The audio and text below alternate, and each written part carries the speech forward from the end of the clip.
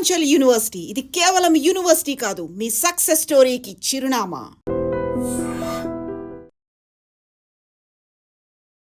నమస్తే, welcome to I dream. నేను వలి. మంగ్లీ కేసులో ట్విస్టుల మీద ట్విస్టులు బయటకు వస్తూ ఉన్నాయి. నిన్న ప్రెస్ క్లబ్లో కూడా తండాల నుంచి బాధితులందరూ వచ్చి నేను 70 లక్షలు పెట్టాను, 80 లక్షలు పెట్టాను. ఒక ఆవిడైతే 1,90,00,000 ఇచ్చిందంట ఈ మైక్రో ఫైనాన్స్లో. అత్యధిక వడ్డీలు ఆశ చూపిస్తే లక్షల కోట్ల రూపాయలు ఇచ్చేశారు. దీని మీద ఇప్పుడు ఇన్వెస్టిగేషన్ కూడా సీరియస్గా జరుగుతుందని చెప్పి ఒక అప్డేట్ వస్తుంది. అంటే ఇందులో రమావత్ మధుని కస్టడీకి తీసుకొని విచారిస్తే ఇంకా మిగతా వాళ్ళ ప్రమేయం ఏ విధంగా ఉంది, మంగ్లీ పాత్ర ఏంటన్నది కూడా కొద్ది రోజుల్లో తెలుస్తుందని చెప్పి పోలీసుల నుంచి సమాచారం వస్తుంది. అంటే నిజంగా వాస్తవంగా ఈ ఇన్వెస్టిగేషన్ లోతుల్లోకి వెళ్ళి మరీ వాస్తవాలు వెలుగులోకి వచ్చే పరిస్థితి ఉందా లేదా, బాధితుల కష్టాలు తీరుతాయా లేదా మాట్లాడదాం వీడియోలో. శేఖర్ భాష గారు స్టూడియోలో ఉన్నారు. నమస్తే సార్. శేఖర్ భాష గారు, ఏంటి మీకు నమ్మకం ఉందా?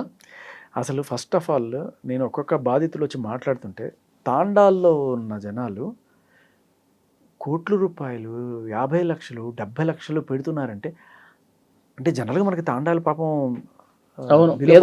ఉంటారు అనుకుంటాం కదా, వాళ్ళు ఇంత డబ్బులు ఎక్కడి నుంచి పెడుతున్నారు నాకు ఒక సెకండ్ అర్థం కాల. కోట్లు. తర్వాత నాకు మెల్లగా కొంచెం లోతులోకి వెళ్తే తెలిసింది ఏంటంటే, ఇప్పుడు ఒక్కడు వాడే పెట్టట్లా, వీడు ఒక ఏజెంట్గా మారిపోతున్నాడు. ఇప్పుడు నేను 1 కోటి రూపాయలు 2 కోట్లు ఇచ్చాను అంటే దాని అర్థం ఏంటంటే నేను కలెక్ట్ చేస్తున్నాను. ఎస్పెషలీ ఇది ఎక్కడ జరుగుతుందంటే మన వాళ్ళ దగ్గరే. అరే నేను పెట్టారా, నాకు 10 రూపాయలు వడ్డీ వస్తుందిరా, నువ్వు కూడా పెట్టరా అని చెప్పి వాళ్ళ తమ్ముడు, బావ, బామర్ది, అక్క, ఈ క్లోజ్ సర్కిల్ నుంచి పూల్ చేస్తున్నారు మనీని. ఇలా ఒక్కొక్కళ్ళు 1 కోటి రూపాయలు పూల్ చేశారంటే ఎంత ఆశ కలిగి ఉంటుంది ఒక్కొక్కరికి. అరే నాకు వచ్చింది, నువ్వు కూడా బాగుపడతావు అని చెప్పి అందరినీ. సో ఇలా తండోపతండాలుగా తాండాల నుంచి జనాలు ఇవాళ హైదరాబాద్లో దిగుతున్నారు, వాళ్ళకి జరిగిన అన్యాయం చెప్పుకుంటున్నారు. షాకింగ్ అనిపిస్తుంది పాపం. ఒక్కొక్క ఆవిడ కాళ్ళ మీద పడి, అన్న మొత్తం ఏం లేదన్న, జీవితంలో ఎవరి దగ్గర నేను మాట పడలేదన్నా, నాకు ఇప్పించాను నా డబ్బులు అడుగుతుంటే కనీసం కనికరం కూడా లేకుండా మెడబట్టి బయటికి గెంటేసే స్టేజ్ అటువంటివి చేస్తున్నారు వీళ్ళు. ఆ రమావత్ మధు అనేటోడు ఎక్కడో ఏదో వాటర్ పార్క్ దగ్గర ఎక్కడో కనబడితే మొత్తం వెళ్ళి పట్టుకొని అయ్యా మా డబ్బులు ఇప్పించండి. ఇంటి మీదకి వచ్చి జనాలు గొడవ చేస్తున్నారు. కూతురుకు పెళ్లి కోసం దాచిపెట్టుకున్న డబ్బులు అన్నీ మీకు ఇచ్చామయ్యా అంటే అక్కడున్న సెక్యూరిటీ గార్డులతో ఈడ్చవతలు పడిపించారట. ఇప్పుడు వీళ్ళ ఇళ్ల మీదకి చాలామంది వస్తున్నారు.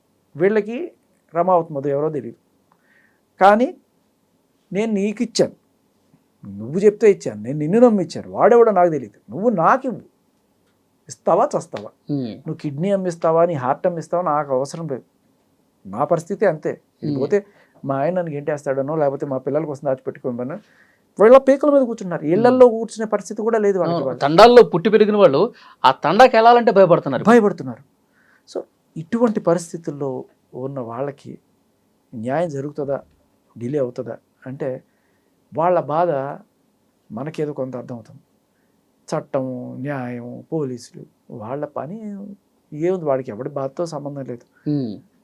14 days రిమాండ్, పో కస్టడీ తీసుకురా, పో ఇక్కడ సంతకం పెట్టు, ఇక్కడ పెట్టు, ఇదే. అంటే ఎందుకంటే మొన్న ఒక పోలీస్ ఆఫీసర్ మాట్లాడుతుంటే ఏమాత్రం దీని లోతుల్లో ఆయన అధ్యయనం చేసినట్టుగా కనిపించలే. ఆ రమావత్ మధుకి మంగ్లీకి ఏమి సంబంధం లేదు అని రమావత్ మధు చెప్పాడు అని చెప్తున్నాడు ఆయన. అది చేయడానికే కదా వాడు అక్కడికి వెళ్ళింది, మంగ్లీని సేవ్ చేయడం కోసమే కదా రమావత్ మధు అనేటోడు లొంగిపోయింది అనేది జగమెరిగిన సత్యం అందరికీ తెలుస్తోంది. ఆయనకి ఎందుకు తెలియట్లేదు? అండ్ వాళ్ళ తమ్ముడు శివ చౌహానా కాదా అనే విషయంలో కూడా మాకు క్లారిటీ లేదంటే ఇంక ఏం చేశారు పోలీసులు? ఇలా చేస్తే అసలు ఇన్వెస్టిగేషన్ ఎప్పటికి తేలుతుంది? జనాలకు అసలు ఏమైనా న్యాయం జరుగుతుందనే ఒక హోప్ ఏమైనా ఉంటుందా? ఇక్కడ ఇంకో డౌట్, మంగ్లీ గారు అందరికీ ఫోన్లు చేసి, వాళ్ళ కమ్యూనిటీ వాళ్ళకి ఫోన్లు చేసి నా గురించి మాట్లాడండి, నా గురించి కొంచెం పాజిటివ్గా ప్రెస్ మీట్లు పెట్టండి అని రిక్వెస్ట్ చేస్తుంది. కొంతమంది పెడుతున్నారు, కొంతమంది సంపత్ నాయక్ వాళ్ళు అలాంటి వాళ్ళు రిజెక్ట్ కూడా చేస్తూ ఉన్నారు. ఎందుకు ఆమె పట్ల నిజాయితీ ఉంటే ఆమె వైపు ఇట్లా అడగటం దేనికి అనేది చాలామంది క్వశ్చన్. అది ఒకటేంటంటే, మనం ఎవరికైనా సరే డబ్బులు ఇచ్చి నువ్వు చేయరా అంటే చేస్తారు, ఊరికైనా ఎవడైనా ఎందుకు చేస్తాడు?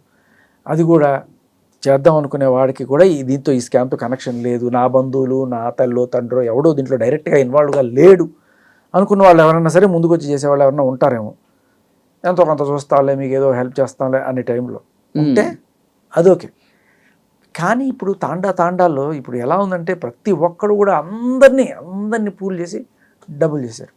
పాపం ఒక ఆవిడ వచ్చింది, ఆవిడ చెప్తుంది సివిల్ సర్వీసెస్ రాయబోతుందంట. ఆవిడ చెప్తుంది, నీకు అక్కడ మోసపోయిన వాళ్ళందరూ గిరిజన బిడ్డలే. అంత మోసం చేసిన తర్వాత కూడా ఏ మొఖం పెట్టుకొని నువ్వు అడుగుతావు నాకు సపోర్ట్ చేయమని చెప్పి. అదే అంటుంది ఆవిడ. ఎందుకు సపోర్ట్ చేయాలమ్మా నీకు?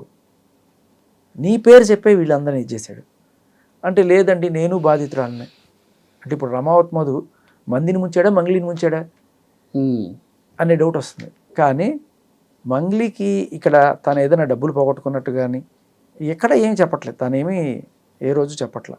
సో ఆవిడికి పోయిందల్లా మహా అయితే ఆవిడ పేరు వాడుకొని ఇట్లా చేస్తున్నారు అనే విషయంలో ఆవిడ కలస చెందుతుండొచ్చు కాక. కానీ ఆవిడ తమ్ముడు డైరెక్ట్గా ఇన్వాల్వ్ అయి ఉన్నాడు. నోట్ల కట్టలు కట్టిన బ్యాగులు వాళ్ళ తమ్ముడు స్వయాన అలా అందుకొని తీసుకెళ్ళాడు అని చెప్పి ఆ డ్రైవర్ అనే అతను వచ్చి చెప్తున్నాడు. నేను ఇలా చాలామంది ఆయనే కాకుండా ఇంకా చాలామంది బాధితులు ఇవాళ సిటీలో దిగి వాళ్ళు చెప్తున్నారు, వాళ్ళ తమ్ముడు శివ చౌహాన్కి మేము డబ్బులు ఇచ్చాం అని చెప్పి చెప్తున్నారు. ఇంత చెప్తున్నా ఇంత చేస్తున్నా సరే, పోలీసుల కంటే వాళ్ళ ఉద్యోగాలు వాళ్ళు చేసుకుని ఉంటారు. వాళ్ళకేమి దాన్ని ఏమంటారు, ఆపరేషన్ చేసే వైద్యుడికి రాగద్వేషాలు ఎలా ఉండవో వాళ్ళకి అవేం పట్టించుకోరు అనుకో. కానీ పొలిటీషియన్లు ఏం చేస్తున్నారు, మన రాష్ట్ర ప్రభుత్వం ఏం చేస్తుంది? దీన్ని సీరియస్గా తీసుకోవాల్సింది ప్రజల ఇష్యూ, ప్రభుత్వం కదా టేకప్ చేయాల్సింది. రేవంత్ రెడ్డి గారు ఇప్పటిదాకా దీని మీద ఒక్క మాట స్పందించలేకపోతున్నారు. పోనీ ఆయన మినిస్ట్రీ క్యాబినెట్లో ఎంచుకుంటే ఎవరు స్పందించట్లేదు. పార్టీ తరఫున స్పోక్స్మెన్ కూడా ఎవరు స్పందించట్లేదు. తర్వాత ఏ పార్టీ గురించి దీన్ని మాట్లాడలేదు. ఇంతమంది రీసెంట్గా ఒక స్కీమ్ ఏదో పట్టుకొచ్చారు గిరిజన బిడ్డలకి. సో ఏంటిది, ఎలక్ట్రిక్ వెహికల్స్ మీద 90% రాయితీ సబ్సిడీ. బాగుంది. మరి గిరిజన బిడ్డల మీద అంత ప్రేమ ఉన్నప్పుడు మరి వీళ్ళందరూ కూడా గిరిజన బిడ్డలే కదా, వీళ్ళకి ఏం చేస్తున్నారు? ఓన్లీ పాలసీలు మాత్రమే చూస్తారు. ఇలా నష్టపోయిన వాళ్ళు ఇప్పుడు వీళ్ళ కోసం పోలీసులు లేకపోతే కోర్టులు కేసులు ఇవన్నీ చుట్టి నడుస్తాయని చెప్పి దీని మీద నిజంగానే వాళ్ళకి ఏదైనా రాజకీయ నాయకుల వరకు ఈ కేసు వెళ్ళిందంటారా? ఇంత ఇప్పుడు రాజకీయ నాయకులు ఏమన్నా కళ్ళకి గంతలు కట్టుకోనో చెవులకి ఏమన్నా అడ్డాలు పెట్టుకొని తిరుగుతున్నారా వినపడకపోవడానికి? ఖచ్చితంగా ప్రతి ఒక్కళ్ళ నోటీస్లోనే ఉంటుంది. అండ్ ఎస్పెషల్లీ ప్రతిపక్షం వాళ్ళు ఎక్కడ ఏ ఇష్యూ దొరుకుతుందా దాన్ని రాద్ధాంతం చేద్దాం అనే కోణంలోనే ఉంటారు కదా. చెయ్యాలి కూడా ప్రతిపక్షం అంటే. అప్పుడు గవర్నమెంట్ మీద ప్రెషర్ పెడితేనే కదా వాళ్ళు చేసేది. ఇప్పుడు గవర్నమెంట్ మీద ప్రెషర్ ఎవరు పెడుతున్నారు? మీరు నేను మీడియా సంస్థల ద్వారా మనం గట్టిగా ప్రశ్నిస్తున్నాం తప్ప ఒక ప్రతిపక్ష పార్టీ నుంచి ఒక పెద్ద నాయకుడు వచ్చి ఏం జరుగుతుందని చెప్పి ప్రశ్నించిన దాఖలాలు ఎక్కడ కనబడుతున్నాయి మనకి? నేను వీళ్ళందరినీ తప్పుపట్టండి, మంగళి గారికి సంబంధం ఉందా లేదా, సరే వాళ్ళ తమ్ముడు డైరెక్ట్గా ఇష్యూ ఇన్వాల్వ్ అయ్యాడు, ఇవన్నీ ఎవరు చెప్పాలి? బాధితులు వచ్చి డైరెక్ట్గా చెప్తున్నారు, తేల్చాల్సింది పోలీసులు. వాళ్ళని తరవాల్సింది ఎవరు? మన నాయకులే కదా. వాళ్ళకు 100 కేసులు ఉంటాయి, ఇది హై ప్రియారిటీలో తీసుకోండి, దీన్ని చెయ్యండి అని చెప్పాల్సిన నాయకులు ఏం చేస్తున్నారు? నిద్రపోతున్నారా? ఓకే, ప్రభుత్వం చేయట్లేదు, ప్రతిపక్షం గట్టిగా అడగాలి కదా, ప్రతిపక్షం ఏం చేస్తుంది? ఇదే నాకు నిజంగా ఇది స్టార్ట్ అయ్యి 2 వారాల నుంచి గట్టిగా అవుతుంది కదా. ఓకే, ఎందుకని అంటారు? What is the reason? Politicians పట్టించుకోకపోవటానికి కారణాలు ఏమై ఉండొచ్చు? అర్థం కావట్లా. అంటే ఇది కొంచెం ఒక సెటరికల్గానే అనుకోండి. బాగా పెద్ద స్కామ్ జరిగినప్పుడు తలా కొంత షేర్ చేసేసి మాట్లాడద్దు అంటారు చూడండి.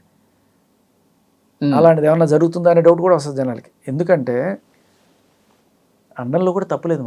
మనం ఓట్లేసి గెలిపించిన నాయకులు ఉదాసీనత ప్రదర్శిస్తే ఇలాగే అనుకుంటారని మీకు తెలియాలి. ఇలా అంటారు అయ్యా అనే భయంతో అయినా మీరు పనిచేయాలి. ఏం చేస్తున్నారు? ఒక్కళ్ళు పట్టించుకుంటారా? అంటే కేసు బయటకు వచ్చినప్పుడు కూడా ఆమె కేంద్ర మంత్రి పేరు తీసుకొచ్చారని, లేకపోతే ఒక ఎమ్మెల్యే కొడుకు కూడా ఇందులో ఇన్వాల్వ్ అయ్యి సైడ్ ట్రాక్ చేసే ప్రయత్నం చేశారని ఇలాంటివి కూడా వాదనలు వచ్చినాయి కదా. అవునవును. అంటే పొలిటికల్ ఇన్ఫ్లుయెన్స్ కూడా బలంగా పనిచేయటం వల్లే నత్తనడకన సాగుతుందా దర్యాప్తు?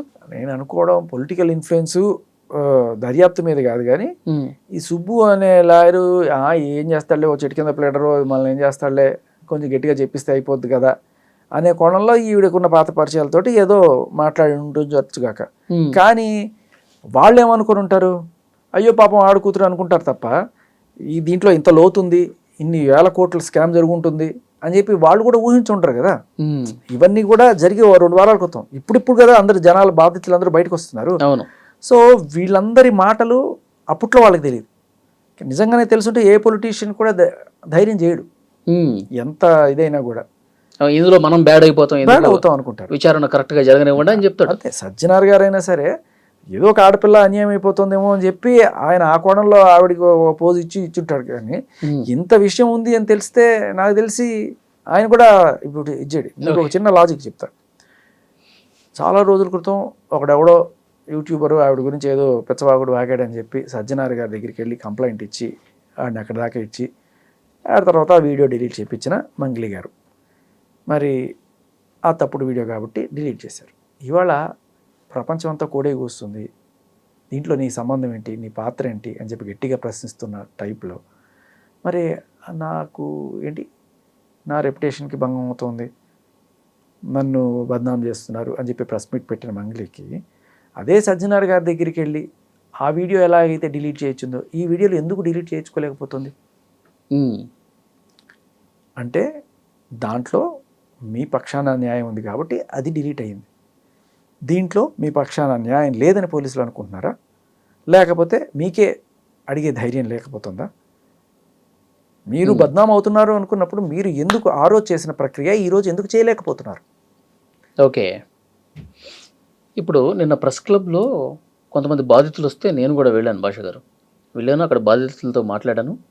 రమావత్ మధువు దగ్గర క్యాషియర్గా పనిచేసిన వ్యక్తి రమేష్, అతనితో కూడా మాట్లాడాను. 2-3 సందర్భాల్లో క్యాష్ కలెక్ట్ చేసి ఇక పెద్ద పెద్ద బ్యాగ్స్లో తీసుకెళ్ళి నేను ఇచ్చాను. మంగ్లీ తమ్ముడు ఎవరైతే శివ ఉన్నాడో శివాకి ఇచ్చాను. ఆ టైంలో మంగ్లీ కూడా ఉంది. నేను ఒకసారి ఫోటో అడిగితే నైట్ టైంలో నేను ఇవ్వను అని చెప్పేసి అన్నది. ఇట్లా క్యాష్ తీసుకెళ్ళి ఇచ్చినటువంటి సందర్భాలు కూడా ఉన్నాయి అని చెప్పి డైరెక్ట్గా ఆయన మాట్లాడుతూ ఉన్నాడు. దానికి సంబంధించిన ప్రూఫ్స్ కూడా ఉన్నాయని చెప్తున్నాడు. ఇది ఇప్పుడు మీరు చూస్తున్నది టిప్ ఆఫ్ ది ఐస్బర్గ్ అండి. ఇలా ఖచ్చితంగా కొన్ని వందల సాక్ష్యాలు మీకు ఒక 1 వీక్లో బయటకు వచ్చి తీరతాయి, దాంట్లో ఎటువంటి డౌట్ లేదు. నేను మీకు ఎందుకు చెప్తానంటే ప్రాక్టికల్గా నేను చూసిన సిచ్యువేషన్స్ ఇంతకుముందు కూడా ఎవరైతే ఇట్లా జనాల్ని పీడించుకొని బాధించుకొని తిని ఉంటారో వాళ్ళకి సంబంధించి ఒక్కసారి ఎవరన్నా సరే మీడియాలో గట్టిగా మాట్లాడుతున్నారు అనగానే వాళ్ళ ఇన్స్టాగ్రామ్లకి వాళ్ళ ఛానల్స్కి ఆటోమేటిక్గా సాక్ష్యాలు వెళ్ళిపోతాయి. ధైర్యం ఉన్నవాడు దమ్మున్నాడు వచ్చి ఖచ్చితంగా బయట పెట్టేస్తాడు. నేనేమీ పెద్ద డిటెక్టివ్ని కాదు, షర్లాక్ హోమ్స్ కాదు, అలా సాక్ష్యాలు నాకు ఎలా వస్తాయని చెప్పి చాలామంది అడుగుతుంటారు. ఇలాగే మనం గట్టిగా ధైర్యంగా మాట్లాడతాడు, వీడు న్యాయం కోసం నిలబడతాడని ఒక్క నమ్మకం ఉంటే చాలు మనకి సాక్ష్యాలు వెతుక్కుంటూ వస్తాయి, యుద్ధాన్ని వెతుక్కుంటూ ఆయుధాలు వచ్చినట్టు. మీరు చూడండి, ఇది ఖచ్చితంగా ఇంకా బోల్డ్ సాక్ష్యాలు వస్తాయి. అండ్ నేను విన్నది ఏంటంటే ఈవిడ యాంటిసిపేటరీ బెయిల్ కూడా అప్లై చేస్తుంది. అవునా? యాంటిసిపేటరీ బెయిల్కి అప్లై చేస్తుంది అన్నట్టుగా విన్నాను. ఎందుకంటే ఏ క్షణమైనా అరెస్ట్ జరగచ్చు అన్న భయం ఉందేమో అని. అండ్ ఇంకొకటి, ఆ మధు అనే అతన్ని పోలీస్ కస్టడీకి తీసుకొని ఇన్వెస్టిగేట్ చేసే ముందు ఇన్వెస్టిగేషన్ సరిగ్గా జరుగుతుందా లేదా, న్యాయబద్ధంగా జరుగుతుందా లేదా అనే ఒక డౌట్ జనాల్లో ఉంది. దానికి కారణం ఏంటంటే మంగ్లీని తప్పించడానికే మధు అక్కడికి వెళ్ళి పోలీసులకి లొంగిపోయాడు. మరి వెళ్ళిపోయే ముందు మధుకి వీళ్ళు ఏదన్నా భరోసా ఇచ్చి ఉండొచ్చు, నువ్వు వెళ్ళి లొంగిపోరా, నీకు ఏం జరగకుండా మేము చూసుకుంటాము, మొత్తం అభయహస్తం ఉంది, నీకేం జరగకుండా చూస్తాము అని చెప్పి మొత్తం నీ మీద వేసుకో, ఏం కాకుండా మేము చూసుకుంటాం అనే భరోసా వీళ్ళ సైడ్ నుంచి వచ్చి ఉండొచ్చు. అందుకనే ఆయన అంత ఈజీగా వెళ్ళాడు అనే మాట కూడా గట్టి కనబడుతుంది. అందుకనే ఆయన గట్టిగా ఎంక్వైరీ చేసినట్టుగా ఆయన డీటెయిల్స్ మాట్లాడకుండా ఆయన చెప్పాడండి మంగ్లీ గారికి దీనికి ఏం సంబంధం లేదని పోలీసులు చెప్తున్నారు కొంతమంది. ముత్తిరెడ్డి గారు, డీసీపీ గారు, అలాగే వాళ్ళ తమ్ముడు ఎవరో మాకు తెలియదండి. ఇటువంటి మాటలన్నీ ఎందుకు వస్తున్నాయి అంటే తప్పించే ప్రయత్నం చేస్తున్నారనే సందేహం జనాల్లో ఉంది. అయితే రేపు ఆయన్ని కస్టడీకి తీసుకున్న తర్వాత పోలీసుల విచారణ నిష్పాక్షికంగా ఎటువంటి ప్రలోభాలకు లోగకుండా జరిగింది అనే విషయం జనాలకి తెలిస్తే డిపార్ట్మెంట్ మీద కాస్త గౌరవం వస్తుంది. ఇప్పటిదాకా జరిగిన విషయాలన్నీ కూడాను పోలీస్ డిపార్ట్మెంట్కి కొంత మచ్చ తెచ్చే విధంగా ఉన్నాయి. ఒకటి, వాళ్ళ కోసం నిలబడిన లాయర్ని, ఆయనతో వచ్చిన వాళ్ళందరికీ కూడా డ్రంక్ అండ్ డ్రైవ్ టెస్ట్ చేస్తామని చెప్పి బెదిరించడాలు, వాళ్ళ మీద కేసులు పెడతామని చెప్పి, అందులో హిమకాంత్ రెడ్డి అనే ఒక ఆయన ఎవరైతే ఇలాగే ఏజెంట్, ఇప్పుడు రమావత్ మధు హిమకాంత్ రెడ్డిని మోసం చేశాడు, డబ్బులన్నీ తీసుకుపోయి. మరి హిమకాంత్ రెడ్డి కూడా కొంతమంది దగ్గర డబ్బులు తీసుకొని అది తీసుకెళ్ళి రమావతి మధ్యకి ఇచ్చాడు కదా. ఈ హిమకాంత్ రెడ్డికి ఎవరైతే డబ్బులు ఇచ్చారో వాళ్ళు అడుగుతారు కదా, వాళ్ళు వెంటబడతారు. రమావతి మధు ఎవడో తెలియదు. రమావతి మధు అనేటోడు ఆహా తోపు ఓహో తోపు, వాడు 5 రూపాయలు ఇస్తే మనకి 50 రూపాయలు ఇస్తాడు, అది ఇది అని చెప్పుంటాడు. వీళ్ళందరూ కూడా ఇప్పుడు బాబ్బా అని చెప్పి ఈయన పడుతుంటారు. ఇప్పుడు ఈయన ఏం చేయాలి? ఖచ్చితంగా పోయి అడగాలి. ఇప్పుడు ఈయన టాక్టిక్స్ చూడండి.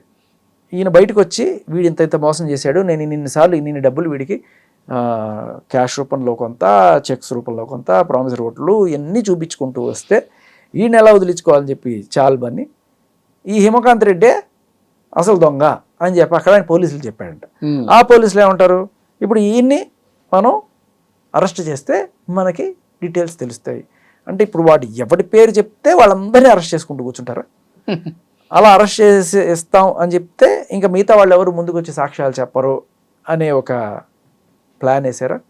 ఓకే, ఇటువంటి డౌట్లు జనాల్లో ఉన్నాయి. సో ఇవన్నీ కూడా డిపార్ట్మెంట్తో అయ్యే పనులు కావు. పెద్దగా ఒక సిట్ వేసి ఆ సిట్లోనే ఈ నిష్పాక్షికంగా జరిపించాలి.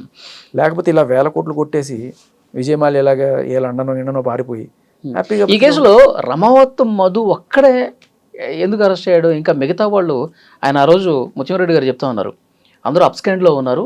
మంగ్లీ సోదరుడు, తర్వాత పాల్దీయ భరత్ చౌహాన్, పాల్దీయ శైలజ చౌహాన్ ఎవరైతే యాక్టివ్గా ఉన్నారో వాళ్ళందరూ కనపడకుండా పోయారంటే, ఏదన్నా దొంగతనం చేసి పోయేవాడో లేకపోతే ఎక్కడన్నా మానభంగాలు చేసి పోయినోడిని రోజుల వ్యవధిలో పట్టేసుకుంటున్నారు కదా, 24 గంటలు కాకముందే పట్టేసుకుంటున్నారు. ఈ వేళ ఎందుకు పట్టుకోలేకపోతున్నారు? ఇక్కడ పోలీసులు ఇప్పటిదాకా ఎవరిని పట్టుకోలేదండి. ప్రయత్నమే చేయలేదా? ఎవరిని పట్టుకున్నారు? మధు అనేటువంటి పోలీసులు పట్టుకున్నారా? ఆయనే పోయి ఇడ్లేడు. ఇప్పుడు నన్ను పట్టుకోరా అని చెప్పి వీళ్ళందరూ వెళ్ళి అక్కడ నించుంటే అప్పుడు నేను పట్టుకొని నేను కేసు సాల్వ్ చేశాను అంటారా? అది కాదు కదా.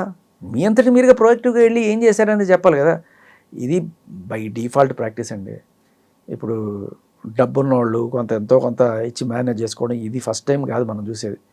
ఇదే పెద్ద ఈ కమిషనరేట్లో బాగా బడా సెలబ్రిటీ లేడీస్ కొంతమంది, బాగా డబ్బున్న వాళ్ళు, ఒక సెలబ్రిటీ వాళ్ళని తలుచుకుంటే పోలీసులను ఉపయోగించుకొని జనాల నోళ్ళు ఎలా ముగించవచ్చు అనే ఒక రెగ్యులర్ పద్ధతి ఉంది. ఆ పద్ధతిని వాడుకొని చక్కగా వీళ్ళు తప్పులు చేసిన వాళ్ళు అలాగే పోలీసులతో ఇదై చక్కగా అందరి మీద కేసులు పెట్టి నోట్లు మూయిస్తారు. మన చిన్నప్పుడు చదువుకున్నది వాక్ స్వాతంత్రము, పత్రికా స్వాతంత్రం ఇవన్నీ కూడా తుచ్ అంతే. ఒక్క డీసీపీ గారు తలుచుకుంటే అందరి నోళ్ళు మూసుకోవాల్సిందే అంతే. వీళ్ళకి కూడా అంతే. రేపు ఎల్లుండి ఈ కేసులన్నీ తీసుకొచ్చి మీడియా వాళ్ళందరి మీద కేసులు పెట్టేసి మంగ్లీ గారు మహానుభావురాలు, ఆవిడ గురించి ఎవరు ఏం మాట్లాడకూడదు, అసలు డౌట్ కూడా లేదు. ఈ కేసు డే 1 నుంచి మీరు మాట్లాడుతున్నారు, మీకు కూడా ఏమైనా నోటీసులు వస్తాయంటారా? ఇప్పుడు వాటికి భయపడేటైతే ఇంకెందుకు ఇవన్నీ కూడా. మనం ఇక్కడ మనం గమనించాల్సింది ఏంటంటే, మంగ్లీ గారు లేకపోతే ఇంకొకళ్ళు మధు రామావత్ వీళ్ళు కాదు, పోలీసులు చిత్తశుద్ధి ఎక్కడుంది, నాయకుల చిత్తశుద్ధి ఎక్కడుంది? 100 మంది రోడ్డు మీద పడ్డారు, వాళ్ళకి న్యాయం చేయడానికి ఒక్క నాయకుడు లేడా మన రాష్ట్రంలో? మంగ్లీ గారు సుబ్బు మీద కేసు పెట్టినప్పుడు అట్లా పోలీస్ స్టేషన్ దగ్గర మాట్లాడారు. బాధితుల పక్షాన నేను ఉంటానండి అన్నారు. బాధితుల తరఫున వాళ్ళు చాలా పేదవాళ్ళు, వాళ్ళందరూ డబ్బులు పోగొట్టుకున్నారు, వాళ్ళ కోసం నేను కూడా ఫైట్ చేస్తా అన్నారు. మరి కనీసం ఒక్క బాధితుడిని కలవలేదు, వాళ్ళతో కూర్చొని మాట్లాడలేదు. ఎక్కడికి వెళ్ళిపోయిందో తెలియట్లా. డబ్బులు తీసుకునేటప్పుడు లక్షల రూపాయలు నోట్ల కట్టలు బ్యాగుల్లో పెట్టి డబ్బులు తీసుకునేటప్పుడు వాళ్ళు ఆ ఇంటికి వచ్చి మందు పార్టీలు చేసుకోవడానికి కూడా అర్హత ఉంటుంది. ఆవిడ సొంత ఇంట్లోనే మందు పార్టీ చేసుకునేంత అర్హత ఉంటుంది. ఎప్పుడైతే డబ్బులు పోయాయి, మా డబ్బులు మాకు ఇవ్వండి అని అడిగితే వాళ్ళు చెప్పులు లేకుండా రోడ్లో తిరుగుతూ ఒకటే జత బట్టలు వేసుకొని 3 రోజులు స్నానాలు కూడా లేకుండా ఎక్కడో 5 రూపాయల క్యాంటీన్లు భోజనాలు చేసుకుంటూ మాకు న్యాయం చేయకపోతారా అని చెప్పి ప్రతి మీడియా ఛానల్ చుట్టూ తిరుగుతూ ఎవడో ఒకడు న్యాయం చేయకపోతాడా అని చెప్పి ప్రతి చోట తిరుగుతున్నారు వాళ్ళు. వీళ్ళకి నువ్వు నిజంగానే వాళ్ళ పక్షాన ఉంటే, అయ్యా నేను మీ తాండా అమ్మాయినే, ఆ మధు అనేటోడు మిమ్మల్ని ఎలా మోసం చేశాడు, నా పేరు కూడా వాడుకొని అలాగే మోసం చేశాడు, ఖచ్చితంగా వాడి సంగతి చూద్దాం, మీరందరూ అక్కడెక్కడ పోండి, మీరందరూ నా ఊరి వాళ్ళు, నేను బంజారా బిడ్డ అని చెప్పుకోవడం కాదు, ఆ బంజారా బిడ్డలు కూడా నీలాంటి బంజారా బిడ్డలే అని తెలిసినప్పుడు నువ్వేం చేస్తావు? వాళ్ళందరినీ తీసుకెళ్ళి ఆ రోజు మందు పార్టీ ఇవ్వడం కాదు, ఇవాళ వాళ్ళు కూటికి తిండికి గతి లేక రోడ్డును పడ్డ వాళ్ళని తీసుకెళ్ళి ఇంట్లో పెట్టు, 4 రోజులు భోజనం పెట్టు కనీసం. అది కూడా చేయలేదే నువ్వు. ఏమిటి అండగా నిలబడింది నువ్వు? ఎక్కడికి వెళ్ళిపోయింది అంటారు? కొంతమంది ఏమో ఢిల్లీ అంటున్నారు, కొంతమంది ఏమో దుబాయ్ వెళ్ళిపోయింది అంటున్నారు. నేను విన్నది ఒక 3 రోజుల క్రితం ఆవిడ ఇక్కడే ఉన్నారు, హైదరాబాద్లో. ఎవరో ఒక ప్రముఖ వ్యక్తిని కలిశారు, దీని నుంచి బయటపడేయాలన్నట్టుగా ఆవిడ కోరారు. ఓకే, తెలిసింది 3 రోజుల క్రితం. సో మరి అప్పటికే నాకు సుబ్బు గారేమో లేదు ఆవిడ అప్పుడే అప్స్కాండ్ అని చెప్పారు. బట్ మరి సో చూద్దాం నెక్స్ట్ ఇన్వెస్టిగేషన్ ఎట్లా జరుగుతుంది. నిజంగా మీరు అన్నట్టు ముందస్తు బెయిల్ అప్లై చేసిందా లేదా దీని మీద కూడా ఆవిడ సంగతులు అన్నీ వదిలేయండి. నేను అడిగేది ఒకటే, బాధితులు పోలీసులు ఏం చేస్తున్నారు? మీరు చేస్తున్న ప్రగతి చూపించాల్సిన అవసరం ఉంది. జనాలందరూ కూడా మీరు లాలూచి పడిపోయారు అనే భావనలోకి వెళ్ళకముందే మీరు కొంచెం తేరుకొని, ఎందుకంటే సజ్జనార్ గారి ఫోటో, ఈయనకి బ్రీత్ అనలైజరు, లేకపోతే ముత్తిరెడ్డి గారి అసలు మంగళి తమ్ముడు ఎవరో మాకు తెలియదు, ఇటువంటి ప్రకటనలు అన్నీ చూసిన తర్వాత జనాలకి నమ్మకం పోతుంది వ్యవస్థ మీద. సో మీరు దయచేసి మీరు చేస్తున్న ప్రగతి ఏంటి, మీరు ఎలాంటి చర్యలు తీసుకుంటున్నారు వీళ్ళని సేఫ్ గార్డ్ చేయడానికి, లేకపోతే మరో ఒక విజయమాలలాగా ఈయన కూడా లండన్ ఎక్కడికైనా పంపించేస్తారా, ఏం చేస్తారు? దీనికి పోలీసులను తరమాల్సిన బాధ్యత నాయకులది. ఈ నాయకులు ఏం చేస్తున్నారు?